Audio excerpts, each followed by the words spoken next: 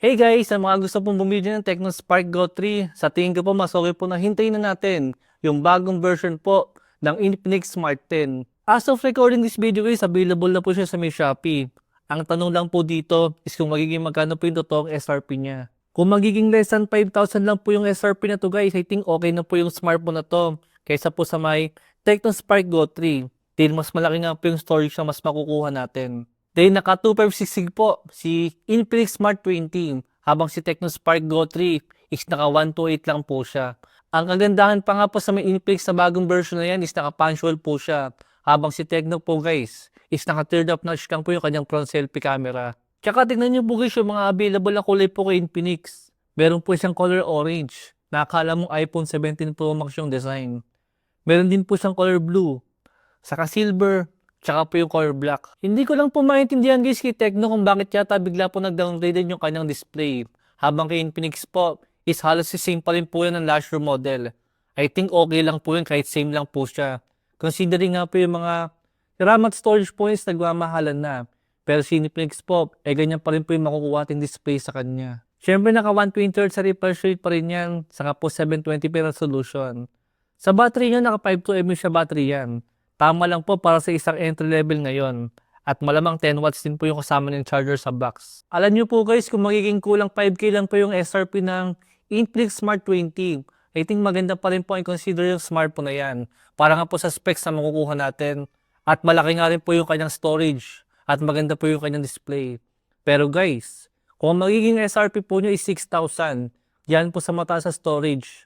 Medyo alangan rin yung risk para sa akin. Considering nga po na medyo meron na po mas maganda mga smartphone sa around 6K po or kulang 6K po na presyo.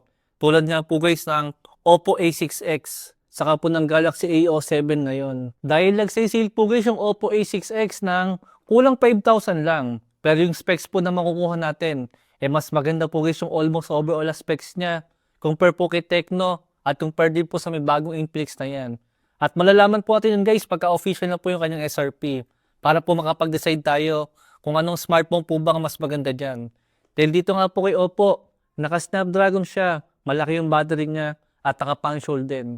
Then kung gusto nyo naman po guys ng malakas na processor po, sa may kulang 5K po na presyo ngayon pagka nagse-sale, maganda rin po i-consider ngayon itong Samsung Galaxy A07. Dahil nga po naka G99 siya. Siyempre guys, hindi rin po perfect yung smartphone na to. Dahil naka teardrop notch nga lang po siya. Pero kung usapan nga pong processor, mas maganda po ito guys. Compare po dito at compare din po sa may Infinix Smart 20. Pero syempre guys, lahat po yun is haka-haka ko pa lang. Kumbaga guys, tinitingnan ko pa lang po yung mga possible na magiging presyo niya. At yung magiging possible po na magiging kalaban ng Infinix Smart 20 nga. Depende po sa magiging SRP niya. Dahil sa ngayon nga po guys, is kulang 5K pa po yung kanyang presyo. Pero sa may 4128 lang. At malalaman po yun natin yan guys sa mga susunod na araw. Kung magiging magkano po yung kanyang SRP sa 128 po, saka sa may 256 na version. At gagawin ko na lang po guys yung review yung smartphone na yun pagka nga po dumating na sa akin. Tinag-order na nga po ako niyan. Siyempre yung kinuha ko po is yung color orange para po makita natin kung gaano ba siyang kaganda. Ayun po muna guys yung mabilis sa video natin tungkol po sa may Infinix Smart 20. Guys, hintayin nyo na po yung smartphone na yan. Kung balak nyo nga pong umorder ng Tecno Spark Go 3. Yun lang po guys. Thanks for watching.